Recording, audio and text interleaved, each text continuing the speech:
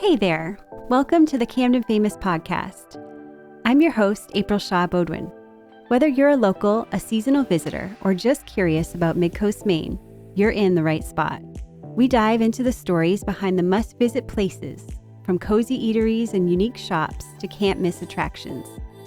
For more insights and to join our community, check out our website at camdenfamous.com or follow us on Instagram at camdenfamous. Let's explore the best of Mid-Coast Maine together. The Camden Famous podcast is brought to you by The Wharf at Lyman Morse. The Wharf is a beautiful waterfront destination on the sunny side of Camden Harbor. The Wharf at Lyman Morse offers a one-of-a-kind dining, shopping, and lodging experience. Plus, don't miss the sunset over Camden Harbor from the Salt Wharf, their rooftop restaurant and bar. Visit thewharfcamden.com. That's the WHARF Camden.com to start your adventure today. Today we're chatting with Bill Laurita from Swans Island Blanket Company, known for their fine textiles since 1992. Discover the craftsmanship behind their sought-after blankets, straight from Camden and Northport. Welcome to the show, Bill. Thank you, April. So nice to be here. Well, we're so excited to have you on. Bill Laurita owns Swans Island Company with locations in Camden and in Northport, and it is an absolutely iconic shop. You cannot miss it when you come to Camden. In the summer, long before I moved here, I loved just the experience of going into your store. There's red geraniums in the window boxes. It's white painted brick on the exterior. It's located right on the harbor here. You go inside and the products are just divine. They are divine. Well, thank you. And I think what makes the most sense is to maybe start with the origin story of Swans Island Company, if you want to tell the listeners a little bit about. Sure. Happy to. So the company was founded in 1992 by John and Carolyn Grace, who were friends of mine. And they were mid-career as attorneys, living in Cambridge, Massachusetts, and summering on Swans Island. And so John had these old blankets that were in great shape and had been in his family for generations. And he and Carolyn had the idea to see if anyone else was making them still, and no one was. And so they, sort of on a whim, but also with the intention of doing something interesting for the rest of their careers, they learned how to make blankets. They went down and took a course at Rhode Island School of Design, which has a large textile department, learned how to dye yarn, and started with their first loom in their dining room in Cambridge. And then moved to Swans Island full-time with the intent of making blankets and just having a very different kind of lifestyle. So one of the things that they hadn't quite figured on, I think, was that many people would find their decisions quite interesting. Attorneys who give it all up to move to Swans Island and make blankets. And so many people wrote about them, including Martha Stewart, who lives up in that neck of the woods. So it made the company, in a way, bigger than it was, because it's always been a small operation. It still is a fairly small operation, but with a big footprint in people's minds, because everyone finds the idea of making hand-woven blankets intriguing. And so we've added a lot of breadth and depth since then, but we've never strayed from that basic idea of paying close attention to all the details, all the inputs, and what you put into that product and how you present it, and that we never cut any corners on. And we always hang our hat on making what we think is the finest wool blanket anywhere. I'm not a connoisseur of blankets, but I'm a very tactile person, and there is nothing like a Swans Island blanket.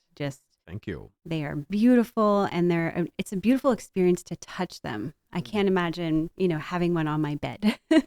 Yeah, well, wool comes in all varieties. There's many breeds of sheep out there, and there's many ways to process the fleece into yarn, and then many ways to add color to it, and many ways to put it together, either knitting it or weaving it. And so we do what we think are they're the most labor intensive, that's for sure, but the most labor intensive because they make the best product. Yeah. So, yeah, you've got to hang your hat on something. Yeah, and that is something you definitely can.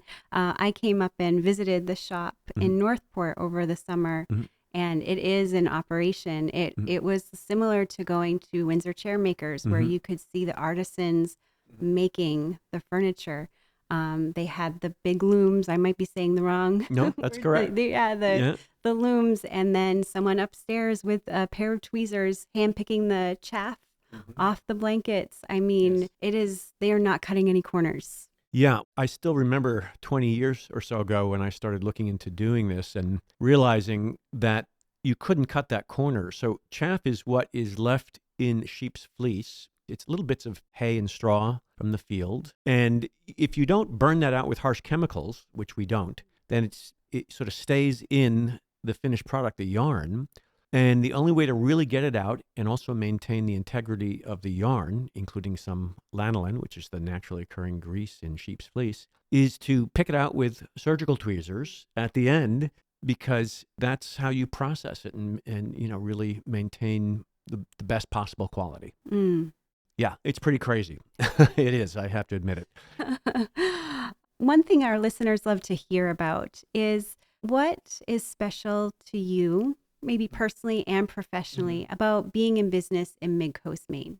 Well, quite a bit, actually. I mean, I think just to start from the design perspective, I don't think that this company could exist in North Carolina, for instance. It'd be very different. So it's hard to describe what exactly the influence of a particular environment is on the products that are made there. But if you come and visit Mid-Coast, Maine, and see, for instance, Windsor Chair and Swans Island Company and others, you'll get an idea. So there's something about the granite that's here and the salt air. I mean, I live not far from where we're doing this podcast right now, and we open our windows in the summer, and it's almost like the ocean wafts in. So you've got that element. You've got salt water. You've got fresh water. In the spring, these running streams in between the ice molecules that are forming still in sort of late winter. And you've got the mountains here.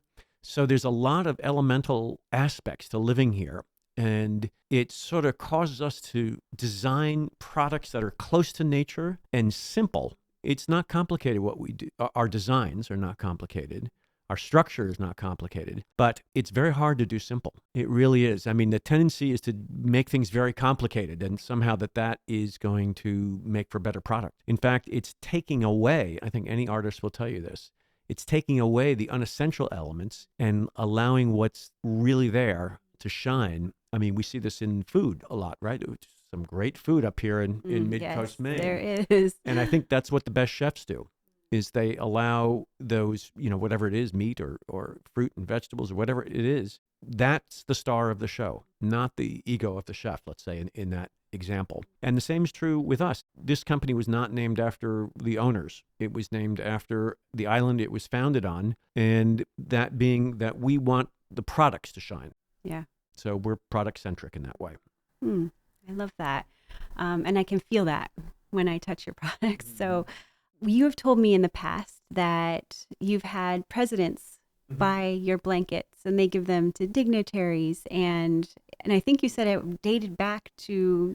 The second George Bush administration was the first administration to purchase our products. There's a store at the Senate where people go on a Senate tour, and they have a store there. You take home a memento. We've sold to all the administrations, and they give it away as protocol gifts. We recently sold, I think, 10 blankets to Anthony Blinken for State Department gifts, 10 to Jill Biden to give away for visiting dignitaries. So it's a real honor. It's great to be able to do that and represent the country, and obviously those folks, feel good about us being a representative of the, the great handwork going on in this country still. We've talked in the past about your blankets being probably the best blankets in the world, but certainly in the United States. And I don't know if you can explain a little bit more, expound upon that. I mean, I believe you, and anyone who touches your blankets will know that is true. But for someone who hasn't gone into the store. Sure. Well, so I might describe our blankets as sophisticated rustic products. Ooh. You look at the edge of ours, and it's a little uneven. It's got the mark of the hand. You compare that with sort of Italian textiles. They're in a certain way perfect in that Italian fine detail. That's not what we're trying for. In order to get that Italian finish, you have to do a lot of things to relax that wool, for instance, to get it to operate in that way. We don't want to do that. This is an American blanket, right? And so much of it is in the details, but a lot of what differentiates our product from most other blankets is the drape or the hand. And that's the way, like if you take a blanket and you imagine sort of throwing it up as you're making your bed, and the way it wafts through the air, and then, of course, the way it feels as you're sleeping under it, it's very light and supple. And that is because it's an open weave. So what most woolen blankets and textiles are is that they weave something with coarse yarns, and then they wash it, and they bring that weave together. So if you hold it up to the light, you can't really see anything through it. You hold our product up to the light, and you can see plenty of light through that. That makes for a very lightweight, comfortable sleep, because you don't need a heavy wool blanket to be warm. Wool has an amazing quality about it in that it wicks moisture away from your body. That's what really makes you cold, right? You wake up in the morning and you're sweaty and grimy and cold because of that. And you're not under our product because it's lightweight. It wicks moisture away, and as it wicks moisture away, a tiny bit of heat is emitted. It's just a little chemical process. And that's kind of the amazing thing about wool. So, yeah, that's we also provide what we call a blanket hospital. So if anything were to happen to your blanket, for instance, moth holes, despite the fact that we do sell it with cedar planks, still that can happen. Or your neighbor's dog gets on your bed. Yeah. So we can patch or reweave anything up. We do depilling if you don't want to do it yourself at home. We do an organic wash and air dry. So it's also part of our bargain with our customers, you might say, is that we're there for as long as you and the next generation own that blanket. We're going to be there to freshen it up if it needs it, or repair it if that should need be, and answer any questions you might have. That's awesome. And it's not something you get buying a blanket anywhere else. Right. It's usually one and done, and they sort of, happy. The company's happy to move on to the next customer. Yeah. And happy to sell you the same thing in 2 years when it wears out. That is true. Yes. Is there anything that you wish the community or your customer knew about Swans Island Company that they don't? Or is there any misconception you think that people have that you can address? Well, I think one of the things that people get if they come visit, as you were referencing earlier, and see some of the production. So I think it's safe to say that our products are not inexpensive. However, if you see the handwork that goes into it and the longevity of the product, and you amortize that purchase over a longer period of time, so there's that. I mean, it's, people, when they think about us, they think, oh, that's an expensive product. And it is, but we also have lower priced products that we don't hand weave to, sort of try to capture more of the market, let's say. So I think that's a big part of it. It really is. And I understand, where people are coming from, and we can't have maybe top-notch things in every facet of our lives, but this is something that you use every single day of your life. Right. And for 8 hours, perhaps. So in that way, it's really an important thing that we have in our lives. So I guess like that. Can you talk about some of the other products that you sell besides blankets? Sure. Yeah. Well, of course, we sell blankets in other sizes called throws, which are, for sort of like for your couch or the end of your bed. We also do quite a bit of knitwear, and that's done with a yarn that we get from a company that's been around since the 1880s in Springvale, Maine, called Jagger Brothers. Oh, okay. And it's a 50-50 wool, merino wool and silk product, very thin, very beautiful yarn. And we create scarves and hats and cowls and ruanas and capes and so on out of that product. And that's knit for us. Here in this country, we don't have the knitting looms here, but we work with sort of partners who do, and they work to our specifications. So it's yarn that we hand dye, and then we send out and get knit. So we also make scarves that are very similar to our blankets, except a scarf size, for instance, and a cape size, a wrap size. We have some knitting yarns. We used to do a lot more with knitting yarns. We've reduced the number of offerings there. We have bags, some of which we make and some of which we source from really cool makers of bags. So that's a lot of fun. And then we just, in the last year and a half, brought in a line that's made for us it's French linen, cut and stitch here in this country. And so that's for going underneath your blanket Yeah. and on your pillow. And we have wool duvets, which are the inserts inside a duvet cover. And that's an American product as well. And that is wool batting and super, super comfortable to sleep under. So I'm going to have to check those out. yeah. How many people do you have working for Swans Island here in Midcoast, Maine? Yeah, we have approximately 25 full and part-time people. And that's a mix of obviously weavers, dyers, what we call finishers, which are people who take a raw product off the loom and make it into a finished product. So doing stitching and the picking that we just described earlier. Hand embroidery as well goes on up in that space. I've seen the baby blankets. That's something we haven't talked about, which are beautiful, and people can monogram, or it's not monogramming exactly, right? It's cross stitch. It's hand monogramming. Yeah. Yep. Yeah, we do a lot of those, a lot of those for sort of presentation blankets and whatnot. Also in our workforce are our marketing team.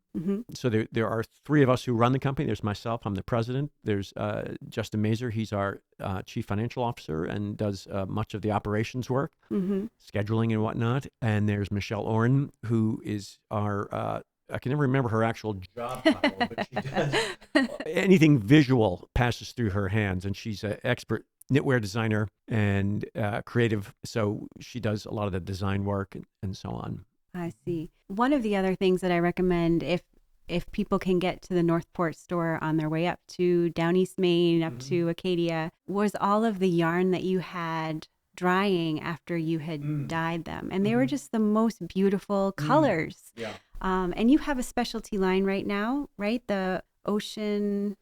Well, we did I'll back up for a minute though, because I didn't mention, we do hand weaving, hand finishing, but also hand dyeing. And that is, again, a very labor intensive process we go through. So there's a lot of different ways to add color to yarn. The way we do it is the most labor intensive, also the most beautiful, because all of our colors have a lot of variegations, lots of highs and lows within a certain parameter, of course. But that looks, if you look at anything in nature, a leaf, or a flower blossom, it's not monochromatic. All the clothing we're wearing is monochromatic right now, right? Because it hasn't been hand dyed, or it hasn't had the care taken with it to give it a little bit more interest and highs and lows. And that's what all of our yarns are. So each of our blankets, even though, let's say you purchase a solid indigo, which is dyed actually with the indigo plant, but each one is different, even though they're all solid blue, because our dye lots, even within our dye lot, there's differences. So a lot of the weavers, what they're doing, what they learn when they first come to us, is how do you blend these different colors to make a beautiful outcome. So it's really a real art, as well as a science, of course, to do this hand dyeing. And so that's another fun aspect of making products at Swans Island. Whether it's knitwear or something hand woven, it's made with these hand dyed yarns. And did you tell me that some of the brown or black that you have in your blankets are from actual black sheep? Or did I imagine that? No, you did not imagine it. It's the proverbial black sheep of the family. So there are sheep that, and some breeds are more prone to this than others, and you can breed for it, of course. But there are groupings of sheep that produce brown. It's called morit, or very dark brown, almost black fleeces. And so we have some of those yarns undyed in the brown and black, let's call it. You can also get gray. Usually our grays we get by blending the black with white fleeces and getting a gray that way. Very exciting gray, if I can put those two words together. Yes. Exciting gray. One of the things that we're talking about on every single podcast episode is what are you famous for? When your customers are out there, you've been in the store for 20 years now. Over that time, what have you heard over and over again when people come into the store and they, interact with your products? Well, the cavelling that you were doing earlier, I would say, is what we are known for. I mean, I always hesitate to give this example, but I do quite a bit anyway. And that is that many times we've had people come to us and purchase a blanket that they're going to use to bury their beloved in. And that is something that really gets me every time that happens, that someone has a feeling about our product that sort of deep and emotive that they would do that. And of course, a lot of blankets go for babies, their first thing that they get, right, is a baby blanket. So that's one of the things that keeps us on our toes, let's say. And, there's always that in business, there's always like, how can we get more productive? I mean, that's a basic tenet of economics 101, right? Is that we can't keep raising prices, but we have to keep raising people's salaries, for instance, and the cost of goods goes up, our materials. How do we get more productive? Well, there is no way to get more productive on our basic hand-woven product. There just isn't. So, you just come to that and you say, okay, this is what it is. But the benefits of that, of having people feel that way, like this is something that is to cherish. That means a lot. And to me, apparently means a lot more than having a highly profitable company. I mean, we are profitable. And of course, we are like any other company in that we need to make money to pay all our bills and have a reason to keep going, sort of. And that's pays a lot of dividends in my book. Yeah, that feeling. I think that's something that's true for a lot of companies in Mid-Coast Maine, which I think is not the standard for the rest of the country. And it's something I think that you can feel when you go into the stores in Camden and when you're in Mid-Coast Maine. There is something really unique and special about the way that the owners of the company interact with their customers and the way that they love their business. And it's not for the sole purpose of lining their pockets. Right. Yeah, I think there's some truth to that. I don't think you move to Mid-Coast Maine because you're looking for the place where you can make the most money or has the most economic vibrancy to it. It's not the case in Maine. It really isn't. I mean, perhaps more so down in the Portland area. Yep. But not once you leave that area. Yeah. It's more about quality of life and preserving what's beautiful here. I mean, we don't have factories here. We don't have smokestacks here. We don't have the tech industry here. We have here. That's what we have. So that's what keeps people coming here and loving to visit. Yep. And sometimes like yourself and myself. Yep. Deciding to take the plunge and move here and figure out how to make it all work. Yeah. Well, is there anything else that I have forgotten to ask you or you would like to share? Well, I have to give a plug for the website. I think that we're at Swans, remember the S at the end, islandcompany.com. And we have a great website. They do. We have a store in Camden and a store in Northport where we manufacture as well. So you can come and get a tour, especially in the summer. And I think that's everything. And they can find you on social media. They have a beautiful social media feed on Instagram. It is like going into their store, but you just see the screen. Is it Swans Island Co.? I think it's Swans Island Company. And we will tag this episode and you can see the promotions on Camden Famous. So you can visit them there too. All right. Thank you so much. Thank you. Thanks for listening. To learn even more about what makes Mid-Coast Maine so special, visit our website at camdenfamous.com or head over to Instagram where you can find us at Camden Famous.